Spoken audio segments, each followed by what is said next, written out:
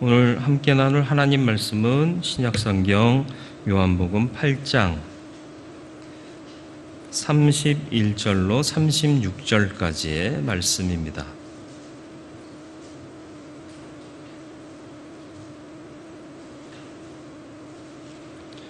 요한복음 8장 31절로 36절 말씀 봉독해 드리겠습니다. 그러므로 예수께서 자기를 믿은 유대인들에게 이르시되 너희가 내 말에 거하면 참으로 내 제자가 되고 진리를 알지니 진리가 너희를 자유롭게 하리라. 그들이 대답하되 우리가 아브라함의 자손이라 남의 종이 된 적이 없거늘 어찌하여 우리가 자유롭게 되리라 하느냐. 예수께서 대답하시되 진실로 진실로 너희에게 이르노니 죄를 범하는 자마다 죄의 종이라. 종은 영원히 집에 거하지 못하되 아들은 영원히 거하나니 그러므로 아들이 너희를 자유롭게 하면 너희가 참으로 자유로우리라. 아멘. 기도하겠습니다. 오늘도 말씀 앞에 섰습니다. 주님, 우리에게 말씀하여 주옵시고 들을 길을 열어주사 하나님의 뜻 안에 거하는 참된 믿음의 삶을 살게 하여 주옵소서. 이 시간 성령께서 능력으로 또 지혜로 역사하시기를 예수 그리스도의 이름으로 기도드리옵나이다. 아멘. 오래전에 한국에서 미국으로 유학 간 아들이 이제 학교를 졸업하고 번듯한 직장에 취직을 했어요. 한국에 계신 아버님을 미국으로 초청을 했습니다. 그 당시 요즘도 미국 가는 비행기 티켓이 많이 비싸지만 그 당시에는 더더욱 비쌌죠. 게다가 또 그 마을에서 미국 가본 사람이 없는데 할아버지가 아들 덕에 미국 간다니까 동네에서 다들 부러워하고. 근데 이제 아들이 이제 한국에서 티켓을 끊는 것보다 미국에서 티켓을 끊어서 보내는 게 더 쌉니다. 그래서 이제 미국에서 티켓을 끊었는데 캐세이 패시픽을 끊었어요. 할아버지가 캐세이 패시픽을 타면 스튜어디스가 주로 미국인인데 그런 것들을 좀 고려하지 못했던 것 같아요. 드디어 부푼 마음을 가지고 비행기를 탔습니다. 한국에서 미국까지 몇 시간 걸리죠? 13시간이 넘어요. 그죠? 또 옛날 비행기는 빨리 가지도 못했으니까 가는 동안 때가 됐습니다. 무슨 때요? 식사 때요. 밥을 이렇게 나눠주는데 할아버지가 안 먹는다고. 됐다고. 또 이제 주스와 음료, 드링크를 주는데 할아버지가 역시 안 먹는다고. 물을 주는데도 안 먹는데요. 그래서 스튜어디스가 할아버지가 속이 많이 안 좋으신가 보다 생각을 했어요. 겨우겨우 이제 미국에 도착해서 공항에 마중 나온 아들을 만났는데 아들이 아버지한테 묻는 거죠. 아버지, 기내식은 입에 맞으셨어요? 무슨 얘기인지 전혀 모르시죠? 비행기표를 사면 기내식은 그냥 먹어도 돼요. 포함되어 있어요. 그리고 음료도요, 달라는 대로 다 줘요. 이게 배가 한계가 있어서 못 넣는 거지 넣을 수만 있다면 달라고 하고 달라고 해도 돼요. 근데 할아버지는 돈 아낀다고 밥도 안 먹고 주스도 안 마시고 그리고 13시간 넘게를 버텨서 미국에 도착하신 거예요. 어이없는 얘기인 것 같지만 우리의 삶이 그럴 때가 있습니다. 알지 못하기 때문에 풍성한 삶에서의 은혜를 누리지 못해요. 인간에게는 두 가지 영역의 세계가 존재합니다. 하나는 육적인 영역과 육적인 세계와 영적인 세계예요. 많은 사람들이 육적인 문제가 해결되면 다 된다라고 착각하는데 그렇지 않습니다. 영적인 문제가 해결되어야 육적인 문제도 해결되는 거예요. 요한 3서 1장 2절 말씀이요. 잘 아시잖아요. 내 사랑하는 자여, 내 영혼이 잘됨 같이 내가 범사에 잘되고 강건하기를 원하노라. 영혼이 잘돼야 범사가 잘되고 강건해지는 복을 누릴 수 있습니다. 잊지 마시고 주님께서 말씀하신 오늘의 말씀, 너희가 진리를 알지니 진리가 너희를 자유케 하리라. 이 말씀이 영적인 진리인 것을 깨달아 아실 수 있기를 주님의 이름으로 축원을 드립니다. 그래서 사도 바울은 이 사실을 알았어요. 이 사실을 알았기 때문에 갇혀 있으나 갇히지 않은 삶을 살았죠. 옥중서신을 보세요. 우울한 모습이 없어요. 갇힌 자답게 처량함에 빠져 있는 그런 뉘앙스가 전혀 보이질 않아요. 오히려 힘이 있습니다. 소망이 있습니다. 그래서 갇히지 않은 자유한 성도들에게 편지를 보내면서 감사하라, 기뻐하라. 이게 어떻게 가능하죠? 영적인 자유를 누리고 있기 때문에 그렇습니다. 우리 찬송가에도 옥중에 매인 성도나 양심은 자유 얻었네 하는 가사가 있습니다. 저와 여러분들이 이와 같은 믿음으로 살아갈 수 있게 되기를 주님의 이름으로 축원을 드립니다. 육적인 문제에 매여서 영적인 자유를 잃어버리는 어리석음에 빠지지 않게 되기를 주님의 이름으로 축원을 드립니다. 우리에게 진리를 주신 분이 누구죠? 예수 그리스도. 오늘 말씀에서도 당신이 그 진리이심을 분명하게 말씀하고 있습니다. 36절의 말씀을 우리 같이 한번 읽어볼까요? 그러므로 아들이 너희를 자유롭게 하면 너희가 참으로 자유로우리라. 아멘. 32절 다시 한번 읽겠습니다. 32절이요. 진리를 알지니 진리가 너희를 자유롭게 하리라. 아멘. 진리가 우리를 자유롭게 한다고 그랬는데 36절에서는 아들이 너희를 자유롭게 한다. 다시 말하면 그 아들이 누구예요? 예수 그리스도. 진리. 그렇습니다. 주님이 진리이시고 그 아들이다라는 거죠. 요한복음 14장 6절 말씀 잘 아시죠? 예수님의 자기 선언입니다. 내가 곧 길이요 진리요 생명이니 나로 말미암지 않고는 아버지께로 올 자가 없느니라. 진리이십니다. 생명이십니다. 우리가 예수님 말씀하신 그 자유를 얻고 살기 위하여 진리를 알아가는 자 되기를 주님의 이름으로 축원을 드립니다. 어떤 진리를 주셨나요? 구원의 진리를 주셨습니다. 죄로 말미암아 속박당했던 우리를 구원하신 그 진리 깨달아 알므로 죄의 속박에 다시 매이지 않고 자유한 삶을 사실 수 있기를 주님의 이름으로 축원을 드립니다. 죄를 범하게 하는 요인이 있습니다. 원인자가 있어요. 그게 누구죠? 죄를 범하게 하는 나쁜 존재가 있는데 그게 누구예요? 주일학교 어린이들에게 물어도 다 아는 답이에요. 죄를 짓게 하는 게 누구게요? 사단 마귀요. 모르셨어요? 사단 마귀를 이기는 방법은 뭘까요? 야고보서 4장 7절의 말씀입니다. 같이 읽겠습니다. 그런즉 너희는 하나님께 복종할지어다. 마귀를 대적하라. 그리하면 너희를 피하리라. 아멘. 우리를 죄 가운데로 유혹하는 마귀를 이기는 방법이 뭐라고요? 대적하는 거예요. 근데 그냥 대적하지 하라고 얘기하지 않습니다. 전제가 있어요. 네? 야고보서 4장 7절 앞절을 보세요. 뭐라고 표현되어 있어요? 뭐라고 기록되어 있죠? 다시 한번 보여주시면 좋을 수도 있겠죠? 야고보서 4장 7절. 네. 하나님께 복종할지어다. 믿음 안에 거하고 하나님의 은혜를 받아야 마귀를 대적할 수 있는 거예요. 옛날에 축사사역 한국에서도 많이 했었잖아요. 아무나 축사 못하게 했어요. 네? 귀신 쫓아내는 사역 아무나 못했습니다. 구원의 확신이 분명했어야 돼요. 네. 그리고 은혜를 체험한 그 확실한 증거가 있어야 되고요. 지금도 성령 충만해야만 그 사람이 축기 사역을 할 수 있었습니다. 그렇지 않으면 아무도 접근하지 말라고 그랬어요.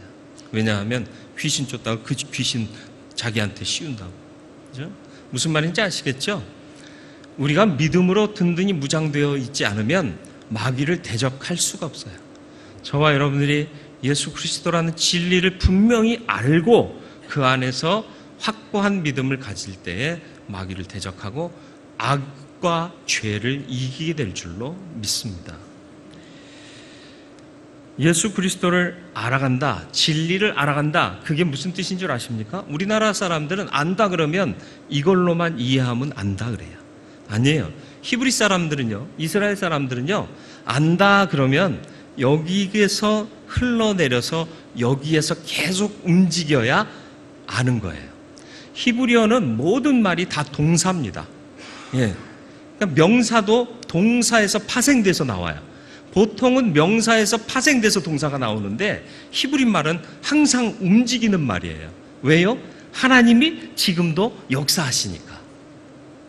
그 믿음으로 부름받고 시작된 민족이 히브리 민족이잖아요. 그러니까 언어 생활에 있어서도 항상 동사예요. 히브리어에서 안다라는 말이 뭐죠? 야다. 이게 뭐예요?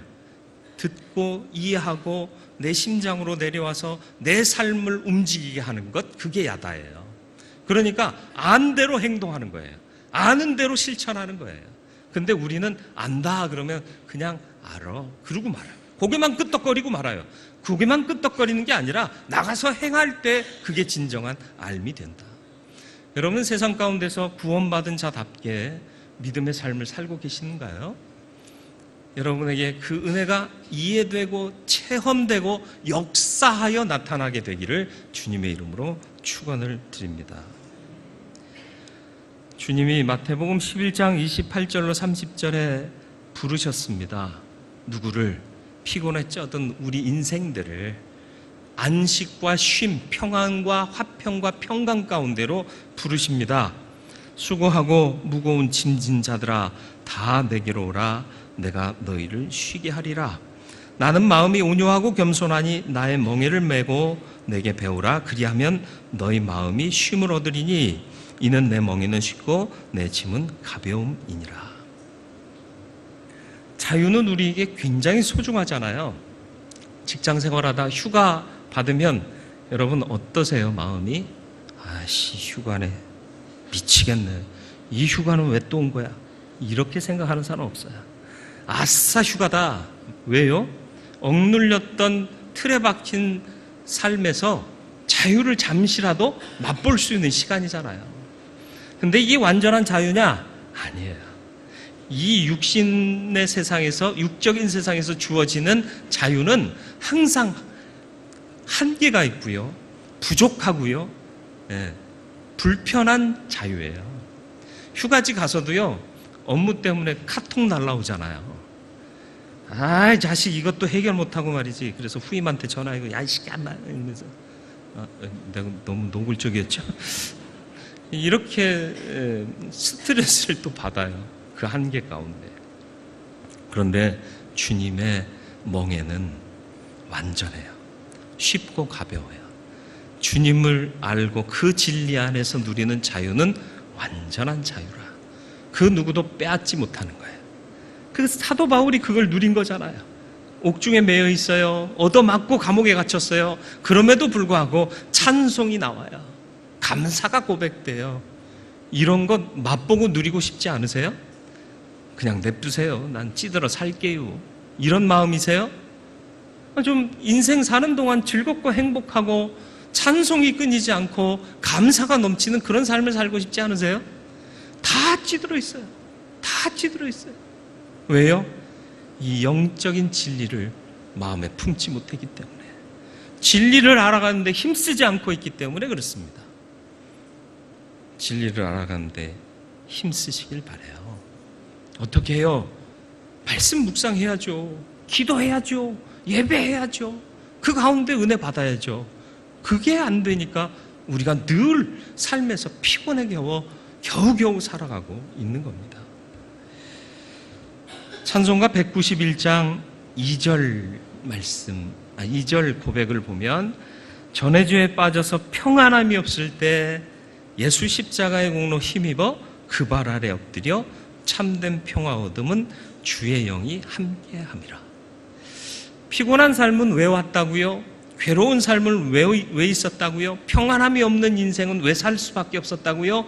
예수 십자가의 공로 힘입어 그 발 아래 엎드리지 못했기 때문이다.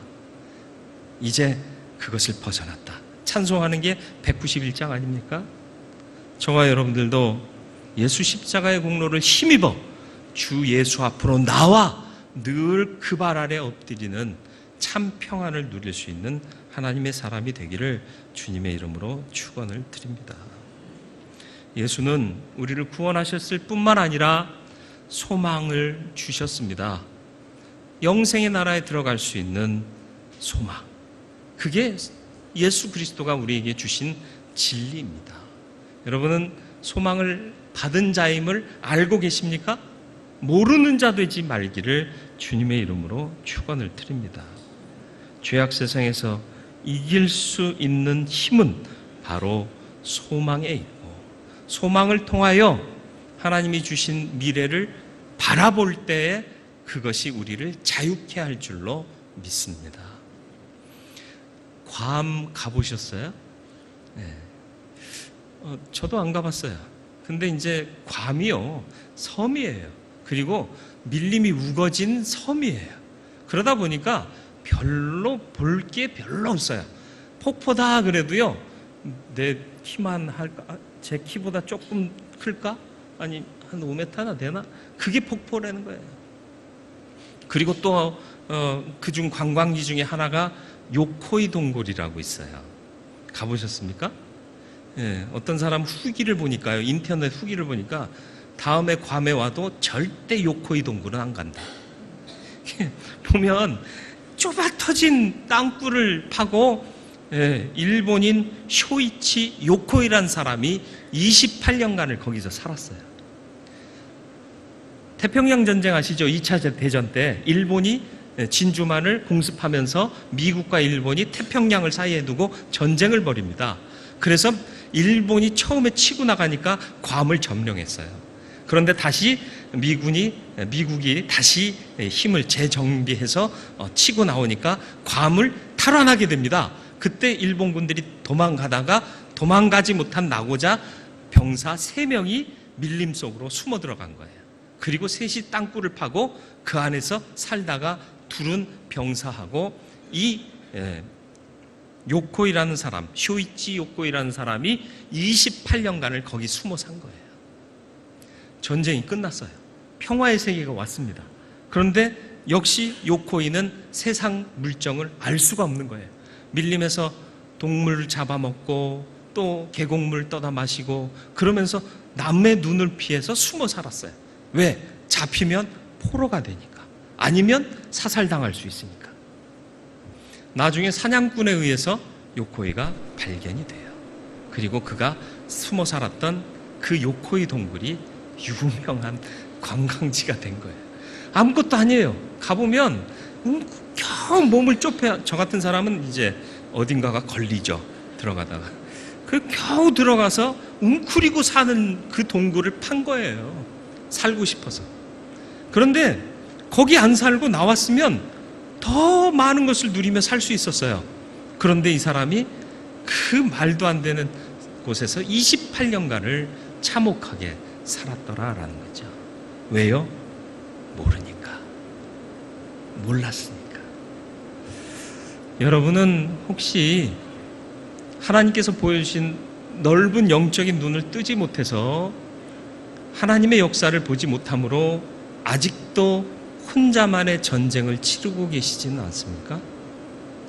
전쟁은 끝났고 하나님께서 허락하신 평화의 세계가 열려져 있음에도 그것을 누리지 못하고 조그만한 동굴에 웅크려 살면서 겨우 동물 하나 잡았다고 오늘 먹을 거 생겼다 즐거워하고 계곡물에 목 축이면서 아 시원하다 즐기고 있지는 않으십니까?